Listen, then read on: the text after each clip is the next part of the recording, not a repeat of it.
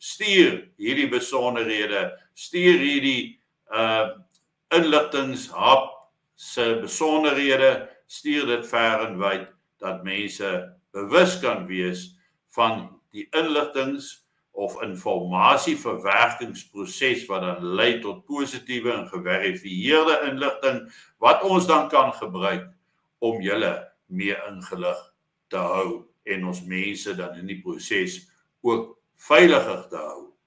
En onthou, SBB se doel is dat ons daar is vir al ons mense en nie net vir 'n sekere groepering nie.